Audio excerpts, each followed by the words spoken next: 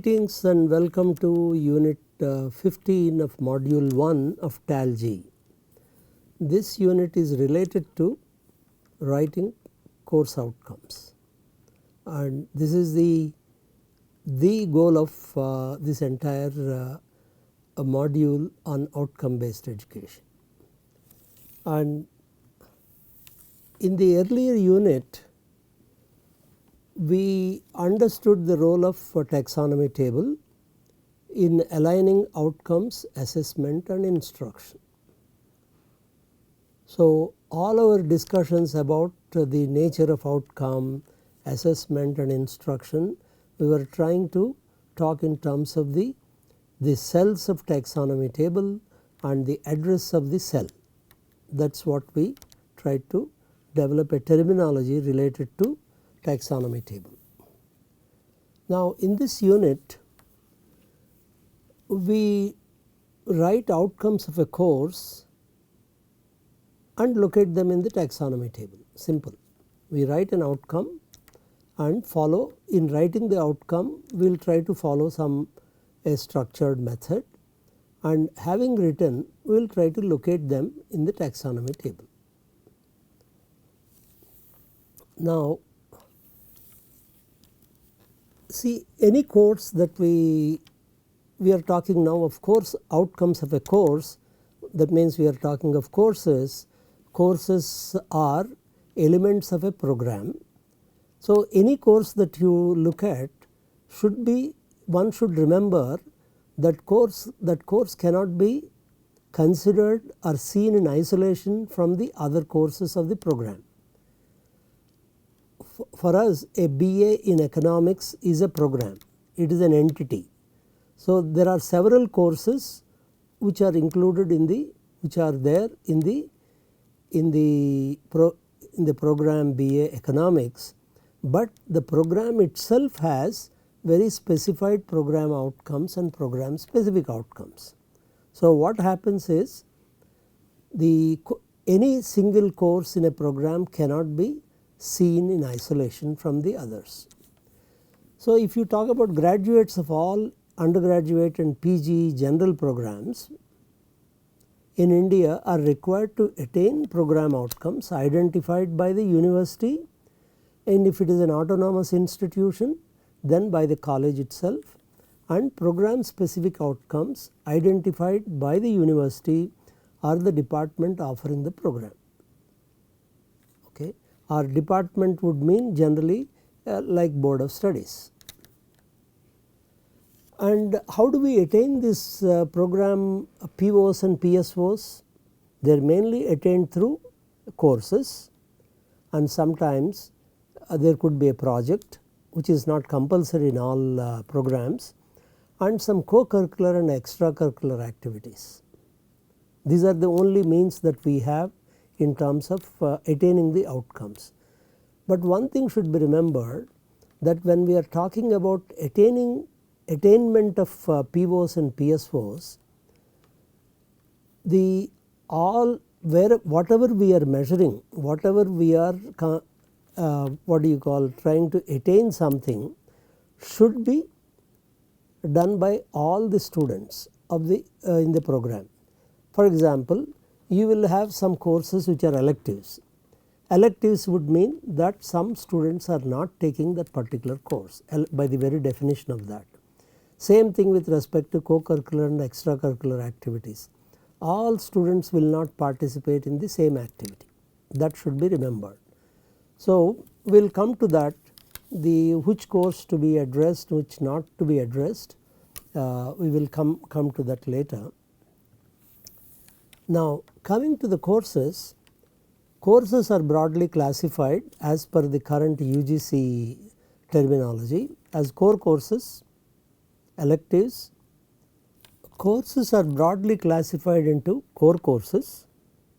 Core courses means all students take these courses, and there are electives, that means any elective is taken only by some students, and there are what are called ability enhancement courses and skill enhancement courses. This is the terminology presently used by UGC.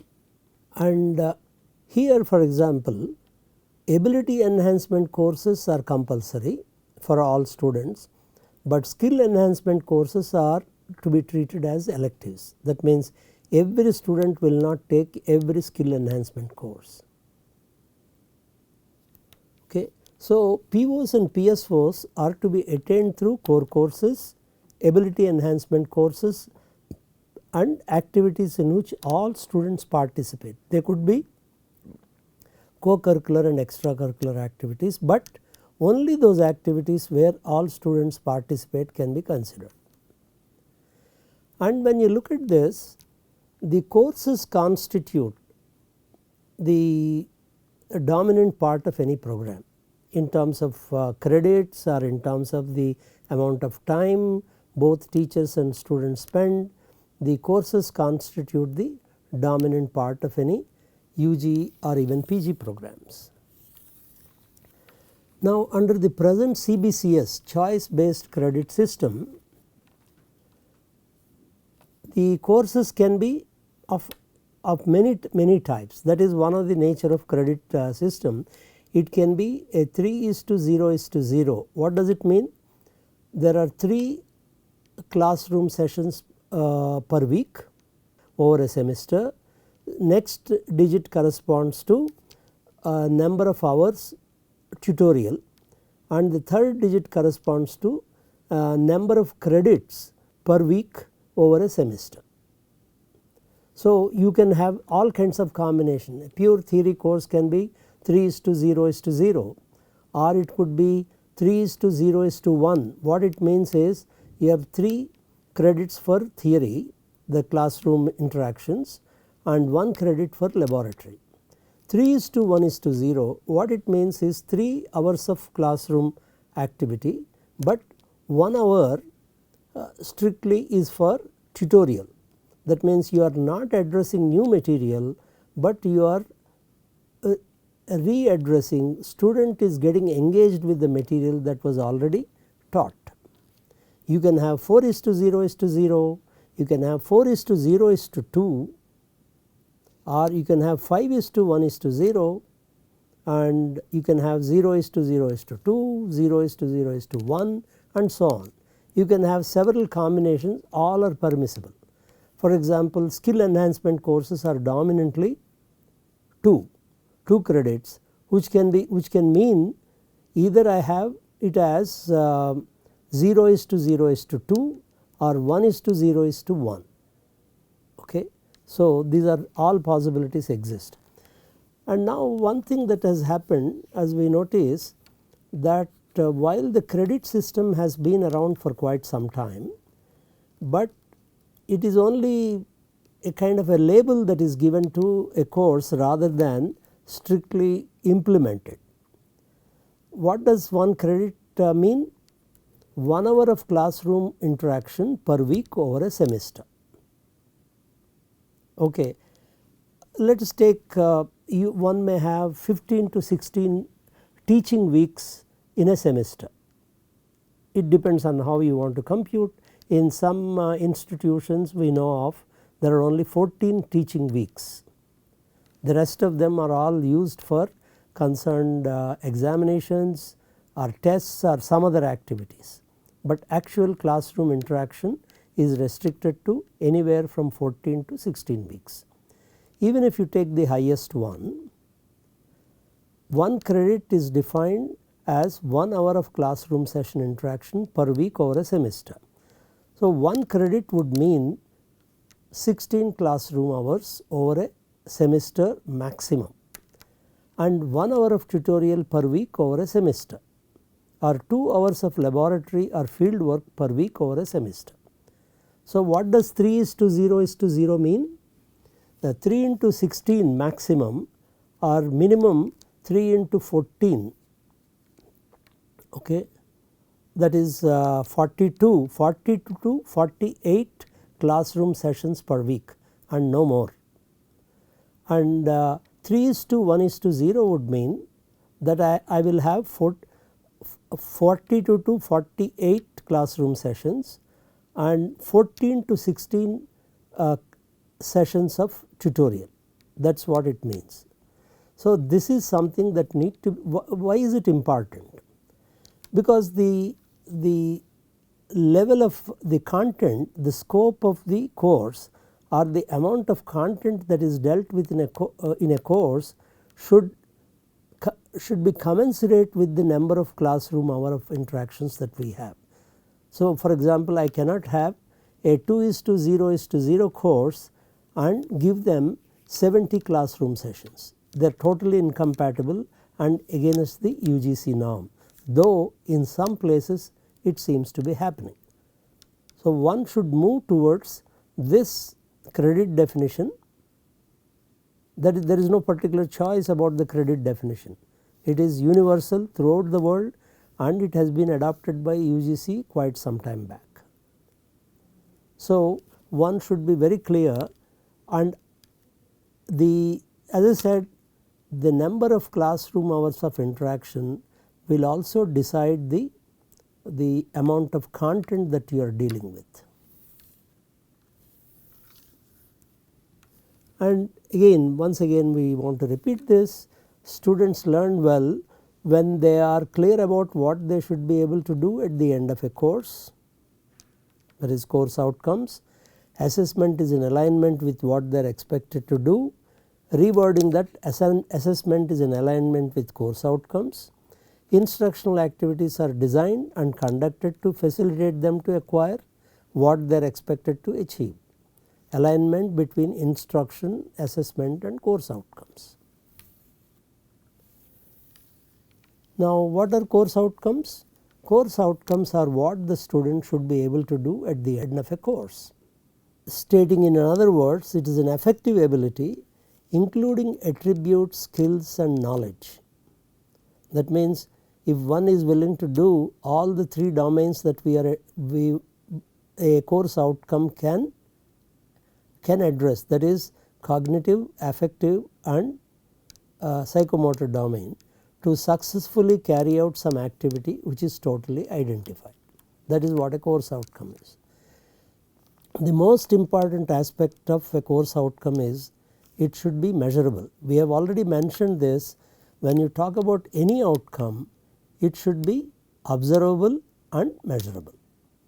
If it is not, if it does not satisfy these two properties, it is not an outcome, it is certainly not a course outcome.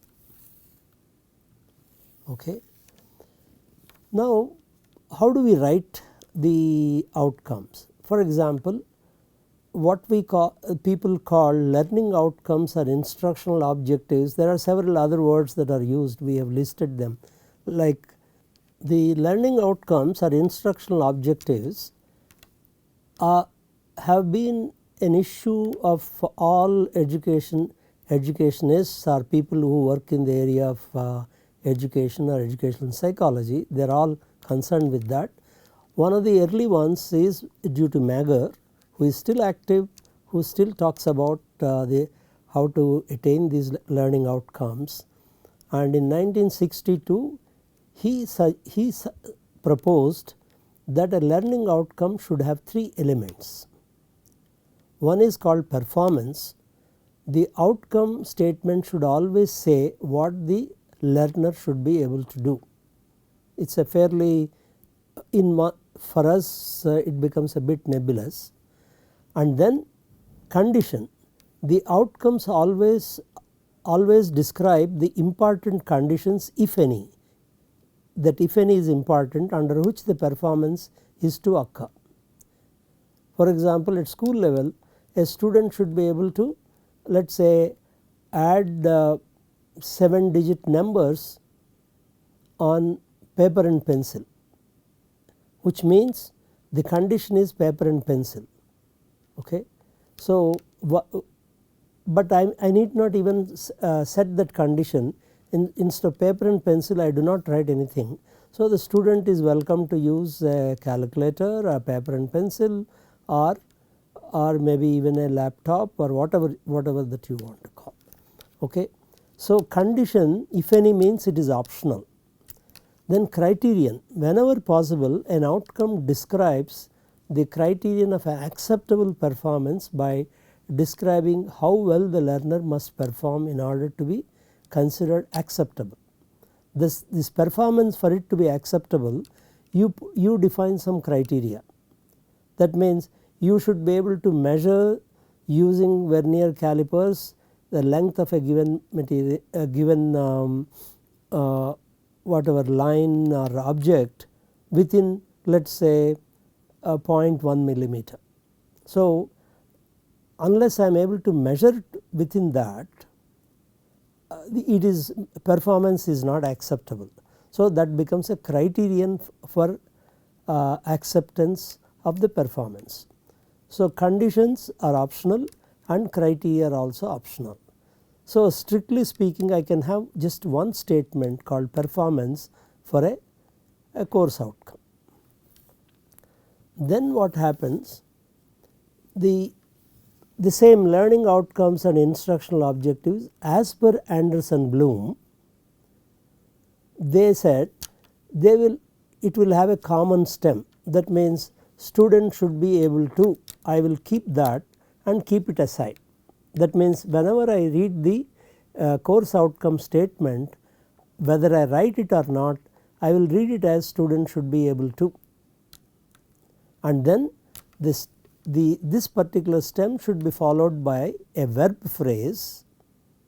That means it need not be a single verb, it can be verb phrase and an object of the phrase. What are you acting on? Object of for that activity. The verb phrase states the mental process belonging to any of the cognitive levels, like any of the 6 cognitive levels, and the object of the phrase states the type of knowledge, what kind of knowledge it is acting on. So, the Anderson and Bloom have used the words verb phrase, object of the phrase. So, what we are suggesting, we are proposing a structure of the learning outcome by combining the elements proposed by Mager with the phrase and object of the Anderson and Bloom. So, we will replace the word performance of Mager will now consist of a phrase and occasionally 2 phrases and 1 or more objects, if you want to talk in the language of Anderson and Bloom. We retain the optionality of condition and criterion. So, the proposed structure of course outcome statement in cognitive, affective and psychomotor domains, in addition to the common stem, consists of action, knowledge, condition and criterion. So, this is the structure of a CO statement we are proposing. We call it action represents a cognitive, affective, psychomotor activity the learner should perform. An action is indicated by an action verb, occasionally 2 representing the concerned cognitive process. We have given a whole bunch of action verbs for all the domains. So, when you write a outcome statement, one should start with assuming that the common stem is already written down. So, a CO statement should always start with an action verb. That is the requirement, and then it consists of knowledge, represents a specific knowledge from any 1 or more of the 4 knowledge categories. It need not be only from 1, it can be 1 or more of the 4 knowledge categories. Then condition represents the process the learner is expected to follow or the condition under which to perform the action. For example, if you want the student to titrate something, you have to specify which particular equipment in the laboratory should be used to perform that particular action. Okay? That becomes a condition. And the criterion represents the parameters that characterize the acceptability levels of performing the action. This is also an optional element. So, there are 4 elements of a CO statement: action, knowledge, condition and criterion. Condition and criterion are optional. Occasionally, you may want to use 2 action verbs. under what conditions do we want to use? There are two cognitive processes that a student should participate or should perform on the same set of knowledge elements. Only in such cases two action verbs should be used. It should not be used as simply because I have written too many, I bring two and write just and between the two statements. No, you cannot use two action verbs for combining two COs into one.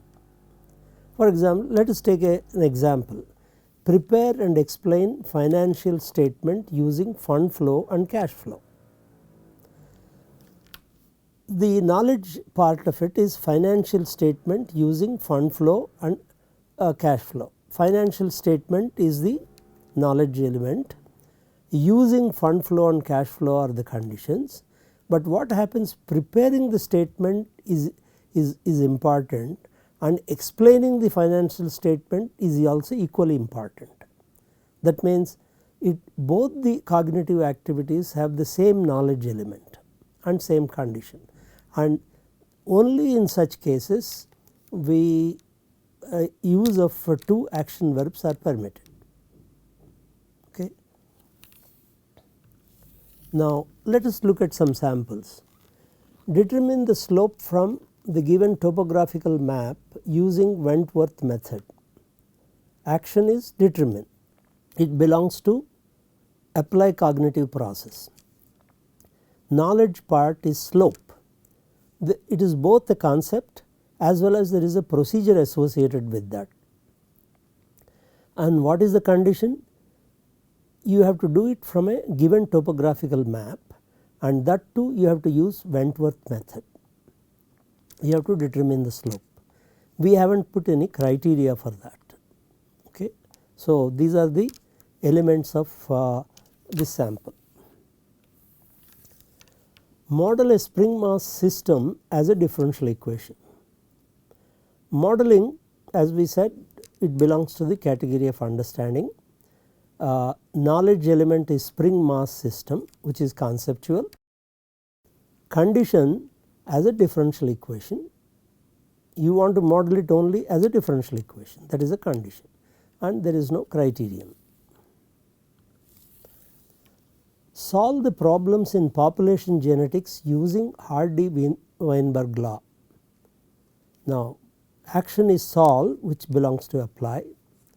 Knowledge, population genetics, conceptual and procedural, and condition is using Hardy-Weinberg law, and there is no criterion. Sample 4, understand the concept of continental drift, plate tectonics and isostasy. Now it is the action is understand, the other one is continental, the knowledge elements are continental drift, plate tectonics and isostasy, and all are conceptual. There is no condition, there is no criterion. Sample 5, estimate the test reliability using Cronbach alpha method, accurate up to 2 decimal places from the given test results. So action is estimate, that belongs to apply. Knowledge is test reliability, conceptual as well as procedural, and condition is Cronbach alpha method and given test results. These are the two, you have to work only on the test results and using Cronbach alpha method, and criterion is accurate up to 2 decimal places. So as you can see, all the elements are present in the case of this sample. Now what we do, we locate these sample statements in the taxonomy table. So for example, S1, S2, S3, S5 all belong to apply, but they have both conceptual and procedural knowledge. That is why we locate them in both the cells, that is in the cell 3, 2 and the cell 3 comma 3, whereas S4 there is only one category of knowledge, namely conceptual, and there is one cognitive process, understand. So, it is in one cell. S4 is in 2 comma 2. So, all this S represents the sample course outcomes that we have presented in the earlier slides. Now, based on the knowledge presented till now, or based on the procedures that we have given till now, write 3 course outcomes in the structure presented from the courses you are familiar with and locate them in the AB taxonomy table. This is at the first level exercise. If we will be looking at in the next unit, there are many other conditions to be followed when you write a good course outcome, and we will try to show some sample course outcomes and ask you to find out what are the errors in writing those course outcome statements. Thank you very much.